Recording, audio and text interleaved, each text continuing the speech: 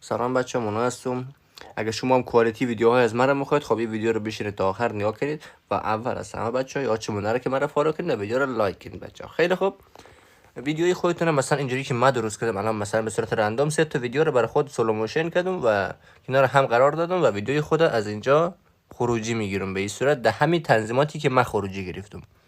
خیلی دقت کنید بچه، تنظیمات خیلی مهمه. خب وقتی خروجی گرفتنتون تموم شد بچه ها، شما اگه تکستی دارید تکستتون اضافه بکنید، مثلا توی کپکات اضافه میکنید یا مثلا توی الایت موشن اضافه میکنید. تکستتون که تمام شد، مورد داخل برنامه وینک که آموزش نصب از این برنامه برای کسایی که قابل نصب نیست توی گوشی یا آیپدشان، توی کانال تلگرام از من ویدیوش رو من دوباره پست میکنم و ما اول که ببینید بچه ها. خیلی خوب، مورد داخل برنامه وینک گزینه ای آی ریپیر میزنید و ترای نو میزنید، ویدیویتون رو انتخاب میکنید بچه ها. دقیقا